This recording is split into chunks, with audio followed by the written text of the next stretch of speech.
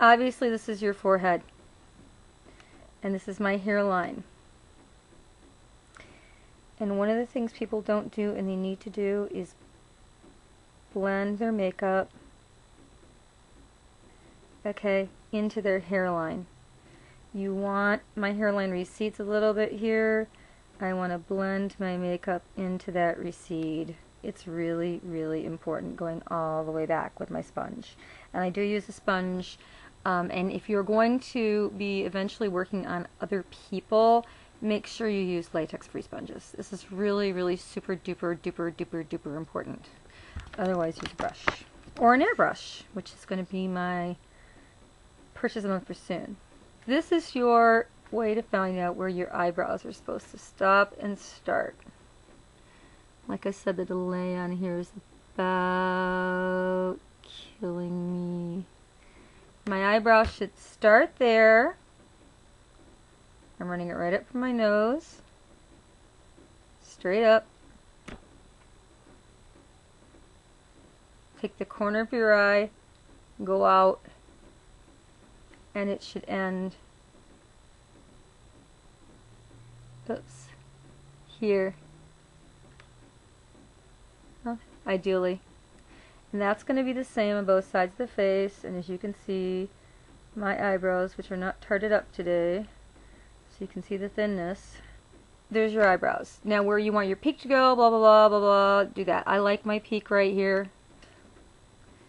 Now, I have a little bit of a hooded eye effect. I'm half Native American, very, very normal. I've had it from a very young age. So, when you're putting on eye makeup, everybody talks about the crease, right? The crease is where your eye socket goes into your eyes. You can see a bit of a crease over here than over here. Crease is going to be pretty much the same on both eyes. You want to work your shadows into the crease. You're looking at this area. Now, when you're older, what's going to happen is things are going to want to skip around on you. It's not something you want. There's a nice crease, okay? The inner V of your eye is right here. When people talk about the inner V, this is what they're talking about. The outer V is here. Now there are two ways to do like a cat eye. One is to take the outer bottom part of the V and sort of work your way up. See that skin thing? That's what I'm talking about. And then maybe over from here. Or you can do a cat eye from the upper eyelid, which is essentially me finding my eyelid. Okay, those things are delayed, so it's really fun to work with. And going from there. That's a little more dramatic. When they talk about the under part of your lashes, they're talking about below your eyelashes. Alright? When they're talking about the waterline, that's in here. I gotta tell you, I have a really hard time with things staying in my waterline, so I don't really mess with them much. There are two ways you can do blushes, okay? One is to smile and find your wrinkles. Now, find the apple of your cheeks. The top of my cheekbone is right here. I have a very high cheekbone. So I would actually put the blush closer to my eyes. And the reason I'm doing this on me and not some face, blending it this way. Blend, blend, blend, blend, blend, blend, blend, blend, blend, blend, blend, with the majority of the color in here. But, I mean, I don't want to look at you and say, oh, look, there's a cloud! No, that's bad. The reason I'm doing this way on my face is to show you what you should be interested in doing on your face. Do it, take a picture of it, keep it by your mirror, don't let anyone else see it. And the reason is, those flat little sheets are great, but those flat little sheets aren't shaped anything like the human face, okay? The other way to do is we're getting back into this 80s thing where we sort of sweep the blush color up and blend it out. And it's not, when I say 80s thing, I'm not talking about 80s blush swept all the way up.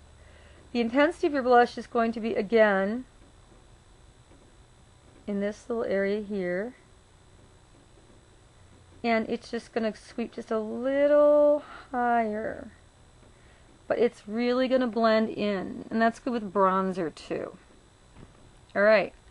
If you want to shadow and make yourself some more prominent cheekbones, you will lightly take bronzer, lightly, and come in here. This works in clubs better than it works out in the bright sunshine, because illusionary makeup is meant to be seen from further away or in the dark with a little heart. That's not what I meant to do. And you want to put some bronzer where the sun would naturally hit your face. There. And maybe up here. Okay, I'm not going to mark this. You're just going to have to kind of figure it out as I go along, because I'm backwards and I can't write forwards and I'm backwards. Let's try me turn right B. Okay, bronzer. This is the patheticness of it all. Your main shadow is going to go in here. The color that is the one that, you know, it can either be the darkest or the lightest. Then some people put the darkest shadow here and just a highlight right here. Now, this is the funny thing about the highlights, is your highlight can come from here, sweep up, back off on that brow bone, or it can come up on this eye like this, at the midpoint of the brow bone, come down like this, or you can take it just to here. Okay? And then you, as my God says, blend, blend, blend. Shading on the nose to make it look thinner goes right in here again. Do not go bug nuts.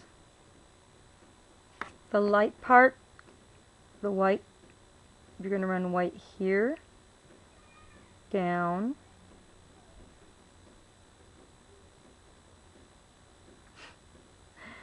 and then your white powder here. Okay. Last but not least, your lips. You should moisturize them. You do not have to line them if you don't bleed. If you bleed, line right along the edge of, not the color, where the lip comes out to. My color actually stops just a hair's breadth before my lip does. And then you make your Cupid's fill. And I fill my lips in with a liner, which keeps it looking natural. And I never end up with that funky line. Look, see, funky line around the mouth.